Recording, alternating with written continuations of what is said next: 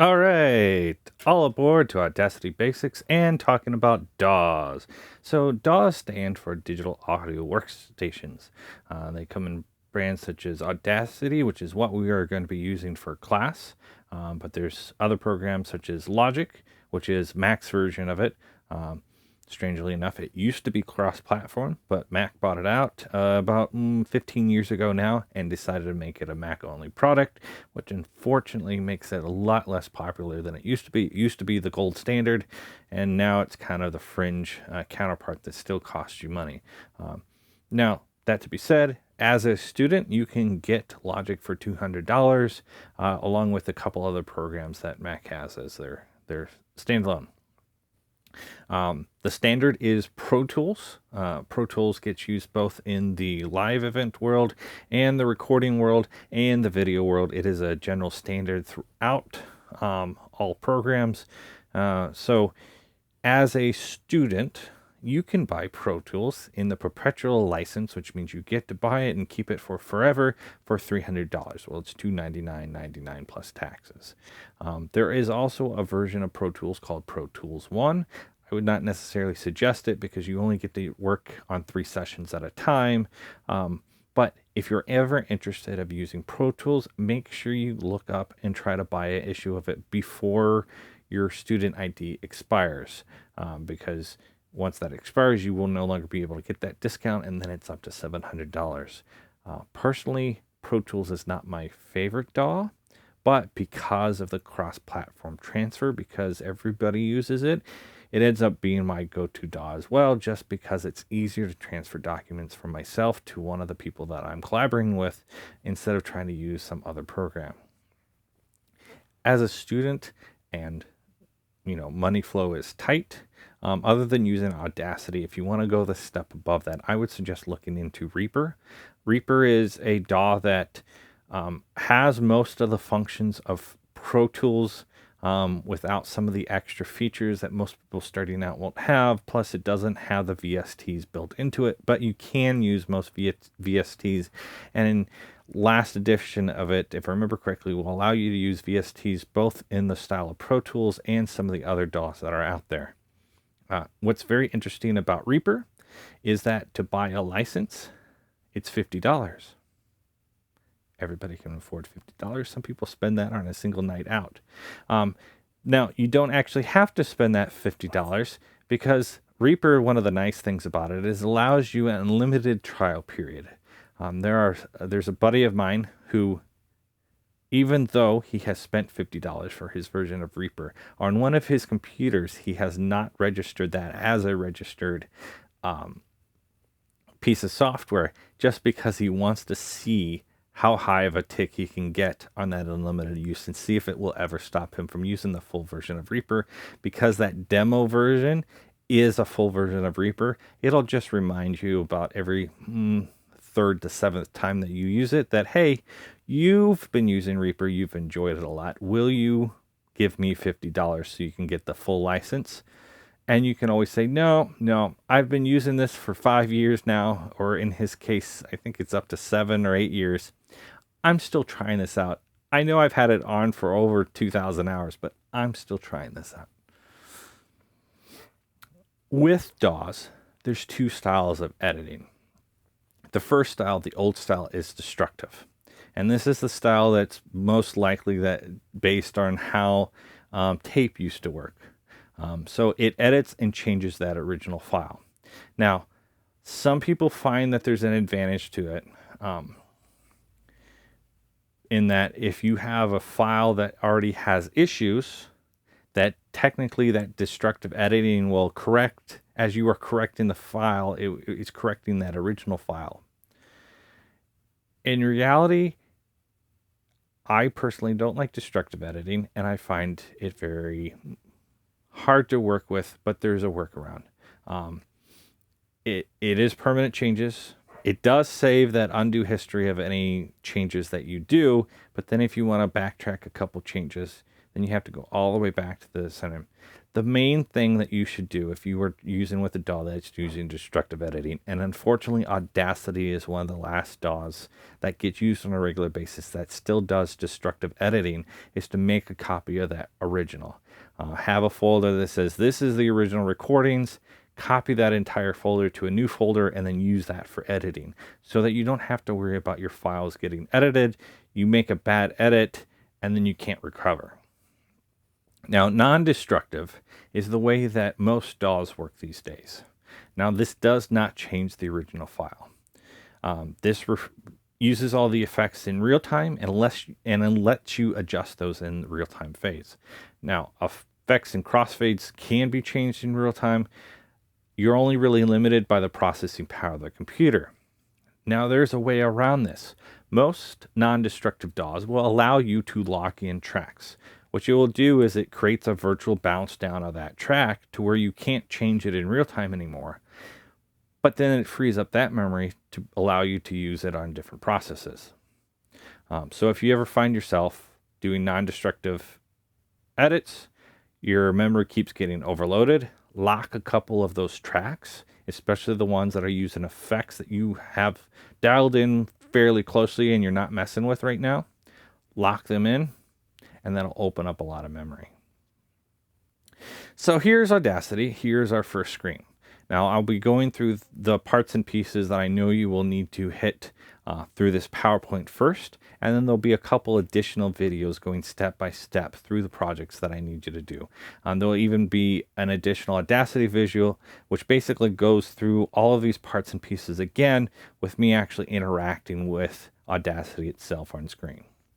So if we look closely, we have our main functions of Audacity. So we have pause, play, stop, skip to start, skip to the end, and record. For the most part, these are the main buttons that you will need to hit, along with the various tool buttons, which are over here.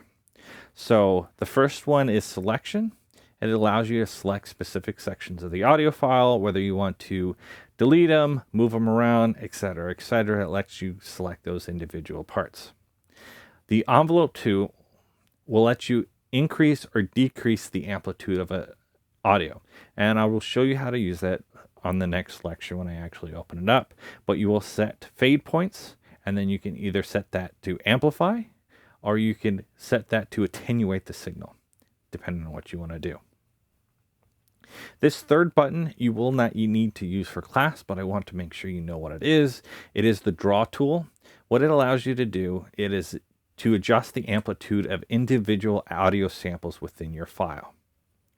To use this, you will need to zoom in super close to view that specific audio file, and then you edit the individual points. This is very tedious to do, and there is one reason and one reason only to do that I know of, and that is, say you happen to get a random pop and you can't clean it up because it's such an instantaneous pop that you need to get a more detailed tool in there to be able to clean it up. You can use the draw tool to delete or at least attenuate some of those points down so that they either are harder to hear or you can't hear them at all. The multi-tool, this allows you to use one more tool at a time.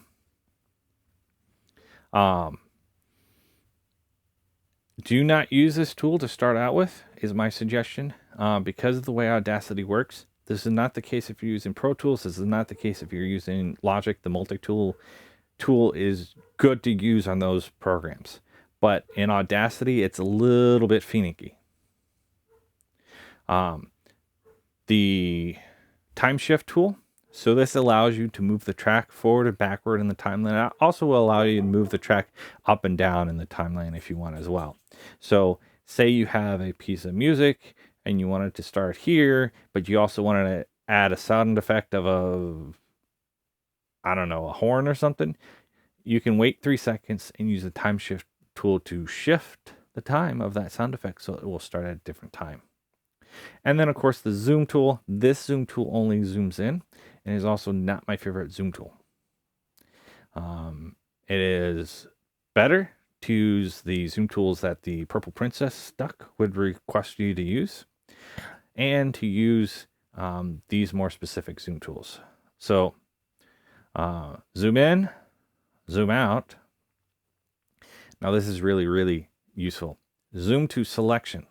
So you use the selection tool. You select a portion that you know you want to zoom in to edit. You click this button and the screen automatically expands specifically to what you have selected. Then once you get done, you hit the next button, the zoom to project, and it'll go to where you can see the entire project again. These two buttons, if used effectively, will speed up your workflow immensely, because you can go in, edit what you need to, come back out. Go in, edit what you need to, and come back out. The last zoom tool is the zoom toggle, and it's automatically set to zoom all the way to selection and then zoom down to 4 pixels. There is a way to adjust it, but most people don't end up adjusting it. So zooming back out of our screen, if we zoom in, you will need the effects. There are a whole bunch of effects that you can use. I will have you playing with a bunch of them just to hear how they sound. And so you can kind of get used to the different effects that are possible with Audacity and some of the other programs. We'll go over those later once you have that assignment. And then down at the bottom, something that you might need to adjust, but the default settings should have it correct. One is the project rate. So again, when we were talking about different hertz ratings, different amount of times that audio signal is taking data, you can adjust that here. It should be default to 44.1, which again is CD audio quality, but it might be defaulted to 48 depending on where you have downloaded, and if you have dropped in something that is 48 kilohertz. You can adjust this at several different levels. For the most part, 44.1 should work for all the projects that we are doing. The next selection is the Snap 2. So this will help you line up 2 tracks. It can become very useful and it become very annoying at the same time. I normally will have it off unless I know I need to snap 2 tracks together. Now what this means is that if you have a track here, you have a track here, and you want them to start out at the same time, if you use snap 2 tracks, the computer will automatically, once you get close enough, go, oh, you mean you want them in the same line? Most of the time, this works out to your advantage because you want them to be together. Sometimes you want 2 tracks to be just slightly off, and that snap to track in this DAW is a little too basic to be able to distinguish that you want things to be 4 milliseconds off. And yes, I've had tracks that I've wanted to be that way, and it won't let you do that if you have the snap 2 on. The next notice, the audio position, this tells you where that selection tool is. And then the next 2 pieces of data, you can select what version of it is. It'll tell you either the start of the selection, the end of the selection. It could tell you the start of the selection, how long you're selected in the track. And there's also a version where it tells you how long and the end of the selection. It depends on what you want to do with it.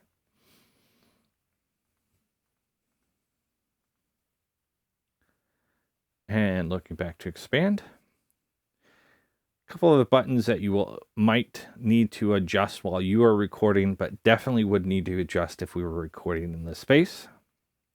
So core audio, most of the time, this is already set to the core audio of the computer because you won't have a secondary device. If we were in the space, sometimes this will be set to core audio when you want to set it to the i16 or vice versa because there's an external device. We don't have that here. You won't have that on your computer more than less likely unless you have purchased an interface. If you have, by all means, please select this to your interface because you're probably recording off your interface. But for most of you, we're recording right off your computer. Selection of the core audio is perfectly fine. It'll be what you need. The next one is the input location. This isn't the number of inputs. This is where it's getting that information from. So what is shown up here is the built-in microphone. While I was programming, I could have selected my blue microphone because I have a blue snowball microphone, and that could have been a secondary selection. Or I could plug in my Zoom right now and it would show up the Zoom. Now, the thing with Audacity and the thing to note, when you're using it, if you ever plug in a new device that you wanted to use, you have to restart Audacity. This becomes a big problem when we are doing hands-on, that people open up Audacity and then turn the system on. That's not going to work because Audacity won't recognize that the ICE has been plugged in after it's been opened up. It doesn't auto-detect the units, and there's no way to cause that to refresh other than to close Audacity. FYI, if any of you haven't been using a Mac before, to close something on a Mac, you actually have to go to the program and then click close. If you click X on the window, it will only close the window and the program will still be running in the background. A lot of times when people are having struggle and seeing their device and they know, even though they need to restart, they will not actually close Audacity. They will close that Audacity window, which will mean Audacity is still running in the background, which means that's not reset. So make sure if you ever have that happen, you close Audacity, click on Audacity, click close, and then open Audacity back up and it'll show right up. Our next section is the number of inputs and how many inputs are going to get recorded. So it might be that you have a microphone with 2 channels, you only want channel 1, you only click channel 1. It might be that you have a microphone with 6 channels and you want all but 3 recorded. With Audacity, you have to just select 6. You can't cut out number 3, and that just means you have to delete that file later. And then our last selection section is for where we want our output to go. Again, for most of you guys, this will be simple because this will be the built-in output of the computer, which will then automatically detect your headphones and plug into your headphones if you attach headphones. If you wanted to attach Bluetooth wireless headphones, for example, you would have to select here and then click your Bluetooth wireless headphones and ensure that your Bluetooth wireless headphones were plugged in, turned on, and ready to go before you opened up Audacity. The same rules apply from the input that it doesn't detect afterwards as it does with the output. So if you plug in an external USB device afterwards, you will have to make sure that you plug that in. And then one last section before we actually get into looking at it is looking at where our monitoring happens. So right here, we'll monitor the input, how much signal is coming in through the input. And for the purposes of our class, we want to keep this around -12. So between -6 and -18 is the benchmark we are using for class on how strong of a signal you want to be able to get. Most of the time I would suggest to increase this is to increase the volume of your voice or to move a little bit closer to the microphone. There will be some people that will be too loud and you want to either decrease your voice or move a little further away. It's probably better to increase your voice instead of or decrease your voice, and make sure you keep a close distance to your microphone, depending on what microphone you're using. But especially if you're using the built-in Apple microphone for this process, it's better to be as close to that microphone as possible. This is to monitor our outputs. And again, we want to keep it in that sweet range. You can get a little bit louder. -6 is perfectly acceptable for that output range. Something to keep in mind, you do not ever want to clip, because clip is digital clipping, and digital clipping you cannot recover for. And then our last 2 buttons. This is the input volume coming in through our microphone. So if our microphone is coming in too hot and we need to adjust it, and we can't adjust it physically, you can turn this down a little bit. I would suggest, though, you want to keep this as hot as possible unless it's absolutely unbearable, or you just have that strong of a voice when you're doing our readings. And then our last one is our output volume, which works the same way that the headphone output volume would, is that you can make it increase or decrease, and this chooses how much is coming out. So with that, and our systems Sound Systems Design book. I'd like to welcome you to have a good day. See you in the next lecture.